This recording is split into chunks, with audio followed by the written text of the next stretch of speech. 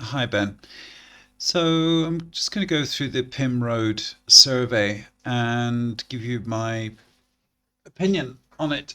And for context, I'm going to show you. I'm going to start with your your PDF that you sent me, and we can see here this is excessive damp. So I I think all things are relative, basically, and and with the Matthews Street property, if um, there are reasonable damp issues there, and but old houses have damp issues, so that's the first thing. And this is excessive damp.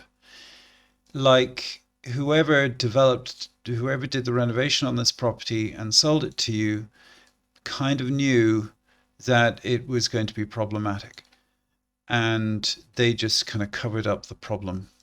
And this is the issue with old cheap houses, that they have damp problems, and it's just like you got to live with it if you want to own these kind of properties.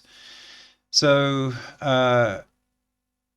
yeah, this is excessive damp, and it's a bit like a car dealer kind of hiding up the fact that the car had a bad crash, putting some giving it a respray and hoping for the best and hoping you never find out. But yeah, I won't dwell upon that. But my point is, I'm using this as context for this because it's very easy to think that this report is terrible. And when I first read it, I thought, oh, here we go. But having read through it in detail, I don't think it's that bad. And there are a couple of things I want to highlight as well. So there's EPC and there's the damp, but I'm going to deal with the survey first, and when we get to EPC, I guess I'll talk about that. And yes, the guy is saying it's a reasonable purchase at 75,000. Yeah, well, it's a cheap little house in a relatively poor area, but it's a good renter. And the reason it's a good renter, of course, is because it's got the loft room and it also has a cellar, which I didn't know about. So that's an added bonus. So the thing is, it's actually, if you think about it, the benefit of this place is it's got more square footage than a lot of properties, and it's cheaper. Therefore, higher yield because people will pay more because it's got more space.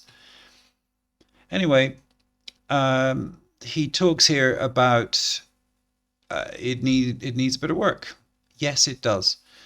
And he's talking about the fire doors, and what he's alluding to is the loft room. So he's saying needs fire doors, but the loft room is not a bedroom. It's simply a loft room, and was never sold as a three-bedroom property. It was sold as a two-bedroom property from memory. And as I say, it's just extra usable space. So it could be an office, a home office for somebody or whatever. So I'm kind of disregarding his point about fire doors because I just don't think it's particularly relevant. And then he's talking about the cracked slates and yeah, it's their issues. And he's also saying that the slates, the roofing may not have roofing felt, but he can't tell because it's got a loft room. And the only way you're ever going to find out is if you knock a hole through the wall, through the ceiling, and you know you access it there. So he's saying he's found some damp and chimney breasts. So this is a potential issue. I think overall the roof needs some attention. So loose slates need to be uh, re, re replaced or fixed properly. And he talks about this. It's called tingling apparently, and it has a number of tingles in the roof. And this is where you've got a slate. If you can imagine, you've got a slates like this, and the bottom slate slips out. And the problem is you can't lift the top slate up to put a new slate in and pin the slate in because it's pinned in with nails. So what you do is you typically have a gap you have a gap between the slates, and you slot the old slate in. So you remove the slate, you've got a batten, a wood batten, you bang a nail in, you have a strip of copper or aluminium, and it goes beyond the old slate. You then slide the slate in, and then you fold the aluminium over, and then that fixes the slate in place. And eventually, after many years, you get so many of these things, you just kind of have to get on with it and put a new slate roof in. But this is the kind of house that you just avoid spending any money on if you can possibly do it. So he talks about chimney stacks being an issue, and as you'll see, I've gone through this and I've marked up points of note. And here, oops, let's see if that works. I did make a note here. Oh yeah, so we'll talk about this EPC thing. It's EPCE, and I know you're concerned about EPC, and the reason, so I've given this a lot of thought. The reason I think properties like this get low EPCs when properties next door get higher EPCs is because of the loft room. So the EPC assessor can't see what's underneath the loft space. So I'll show you here if I find a picture of it.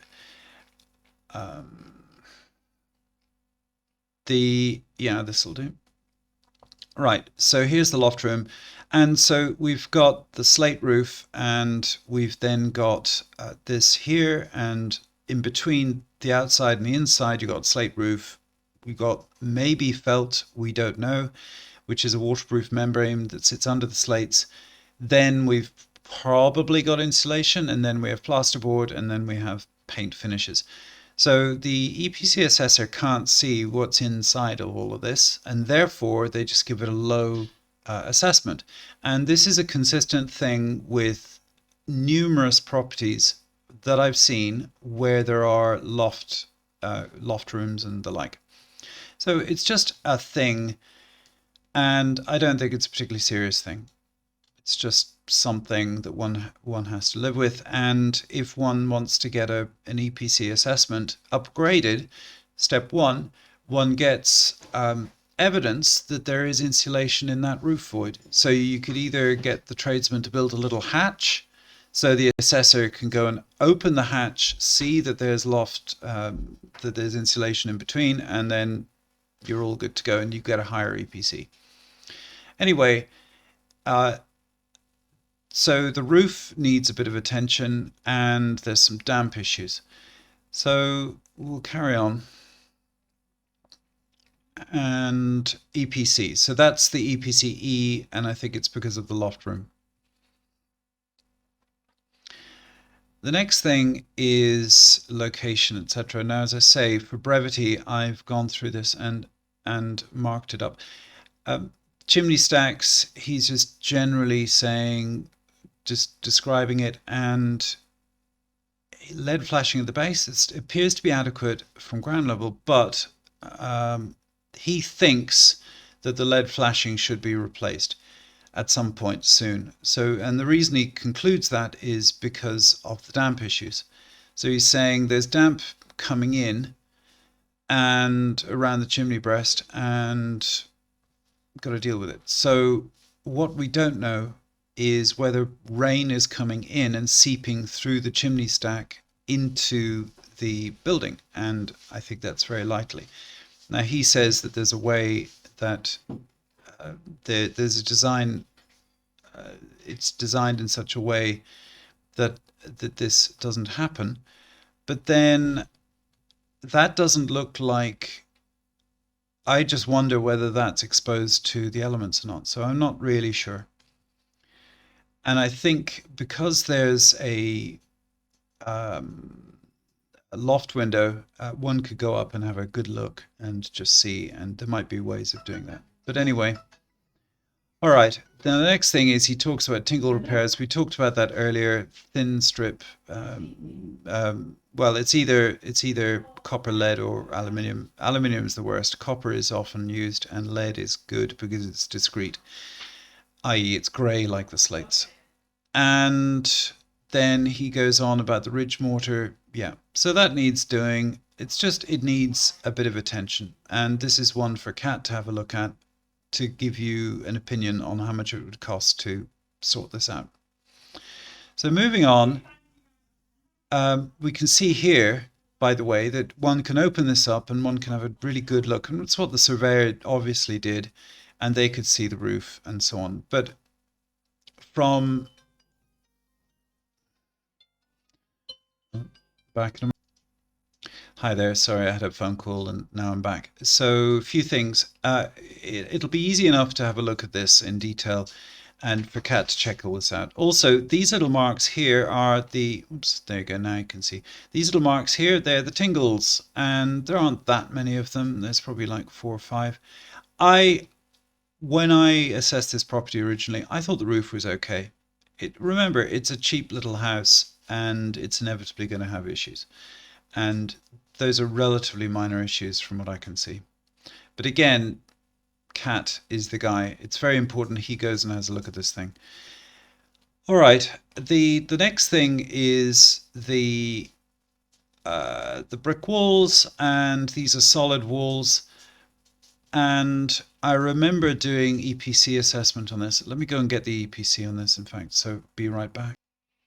Okay, I'm back, and about the EPC thing. So we have 39, which is the property you've got the accepted offer on, and we've got this one here, which is EPC C. So big difference, and I'm just going to show you here.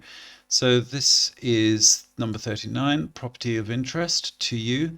And by the way, the roof looked fine. In my opinion, the roof is okay, but this concerns me. The fact that this isn't capped and doesn't, anyway, I just think water is coming in through this, but this is a question to ask the surveyor. But let's just have a look at the property which has the good EPC, which was 41. And, oops, I have to go this way. And we can see here that number 41, so number 41 is EPCC, and it has the solar panels. But generally speaking, if I go, let's say 51, for example, then you can see here, where is 51? 47, and I'm going to pause and I'll just find these. Okay, so this is number 51 as far as I can see, and it's got an EPC, oops, it's got an EPC of, where's 51? C, and 52 has, and so on. And these are identical properties.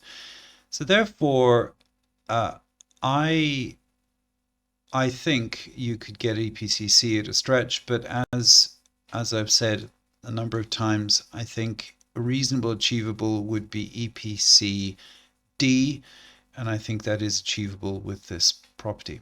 But anyway, getting back to the survey report, it's a solid wall building, but I don't think this, so other properties on the road are the same construction, and therefore I think EPC-D is definitely achievable because other properties have achieved EPC-C. Anyway, it's just a real kind of back and forth thing, and you either do or you don't want it based on EPC. This is a cheap little house. It's going to have issues. So EPC, but I don't see EPC issues as a main threat. I just think it's very unlikely that the government will mandate EPC-C. They might, but then one would sell the property off in that event. But anyway, likely outcome is it'll be EPC-D. And there's another reason for this, which is just massive threat of massive sell-off by landlords. So carrying on, back wall, a little bit of pointing needed, nothing major. This window needs replacing. That's straightforward. Some of this needs a little bit of tidying up, but it's not major. It just needs some painting and decorating. This little bit of architrave needs replacement, and possibly the fascias need a little bit of attention because the gutters are fixed onto it, so you got to make sure they're not rotting or anything like that. Okay, and here he says the roof structure is concealed, and so he doesn't know what the condition of the roof is in. And therefore, but he's saying in probability there's no underfelt. Well, yeah, we don't know that. In probability, yeah, possibly, just because of the age of the roof. But there was no damp inside the loft room, which is good. And he then talks about that if the property is not heated, then damp can occur. So there's the loft room, no damp. That's a good start. So the next thing is ceilings, cracks, nothing major here to talk about. And he talks about some cracks in the ceiling. Okay. And then he says old buildings, no damp-proof membrane, and there'll always be some damp. And I agree. And I've talked to Jamie, who you know, who's dealt with these kind of properties for years and who owns a few of them. And this is just part of the deal. So I then, and yeah, it's just part of ownership of these things. Now, the reason I went back to, or I refer you back to your problem with damp is because, if I can get this here you go. This is excessive, and this is really serious, and it's very unusual, and you know, for all the reasons.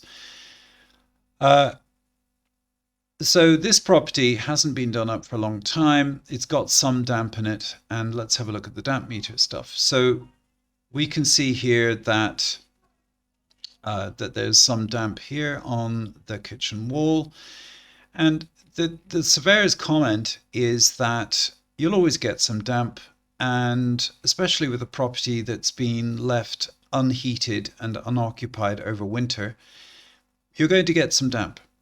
Now, Matthews Street had some excessive damp, but this property, in my opinion, has some damp, and by the front door, that kind of makes sense because you get some water ingress, etc. But I don't see mold here, and I don't see this textured surface peeling off. So that's a fairly positive sign. I just think it's damp. And here we have the same thing going on here, that it's quite a high reading, like a very high reading, but it's not peeling off. So yes, it's a bit damp. It's damp. And the bay window, yes, it's also damp. And generally the way these properties work is you've got to heat them, and that reduces the amount of damp because obviously moisture evaporates.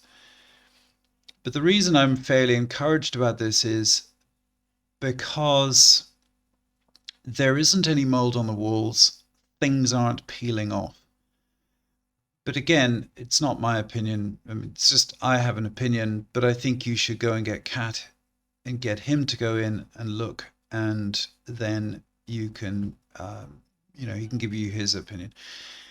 But I would expect he would say, yeah, it's okay, bit of damp here and there, but nothing major. We shall see. So the next thing is carpet. Yeah, some new carpets need to be put down. And we've got the loft room. And then he says the damp found. And so I'm fairly sure he doesn't know whether there's some mechanism in the chimney to stop the water coming in if it's raining. And I think that's what's going on. That's why there's damp on the chimney breast. So chimney stack damp. It's not excessive. If you notice here, the line is here. So it's not excessive damp, although here we have more damp. But then it's I'm not sure how high up he is. So the higher up the reading, the less damp you typically get, because heat rises obviously, and therefore at the at ground level it's cooler and there's less evaporation of moisture. Some damage to the cabinets, etc. So this is just a very basic old kitchen, needs a bit of TLC, but arguably for a property at this price point, you don't bother changing the kitchen. Again, get Kat to do his opinion on this. And so this concerned me a bit. The decayed skirting, I'm not. If that's wood rot, then okay, then that's an issue. And then he goes through to bedroom, bathroom stuff, and we've got the cellar, which is good, and there will be some damp down there. Obviously, it's a cellar, it won't have been tanked out, but the fact is, it's got a cellar, which is great, and it can be used for storage, which is a positive thing. There's some corrosion on these pillars here, and so and you've got the electric and the gas units down here as well. And if it was me, and if I was a tenant in this property, I would simply have a heater, a low heater, just a basic heater, putting a little tiny amount of heat down there just to evaporate the moisture. And then I think it would make a very good storage area. So he talks about services, and he's got a reasonably modern consumer unit. That's good. The electric meter, it's all good. And it was last inspected in 21, so that's great. And the gas inspection needs to be done. Water, okay, so that needs to be checked, but that all looks okay so far. And then he's saying no test certificate, cracked thing here. And then outhouse is in bad condition, but it's an outhouse, so maybe it needs a little bit of TLC. This would have probably have been a lavatory in its day, and then the lavatory's been removed and so on. So it could do with a little bit of work, but it's an outhouse. Is it really important? And then there's some slipped slates. So yeah, so the slates, the roof does need a looking over, but it doesn't seem to be that serious. And then we've got the backyard, which needs a bit of cleaning, actually jet wash those tiles and give it a bit of a tidy up, and then I think it's basically there. So in summary, I think it is a reasonable, let's see if my full screen will work. Okay, kind of works. I've got a green screen behind me, and that's why I get the thing.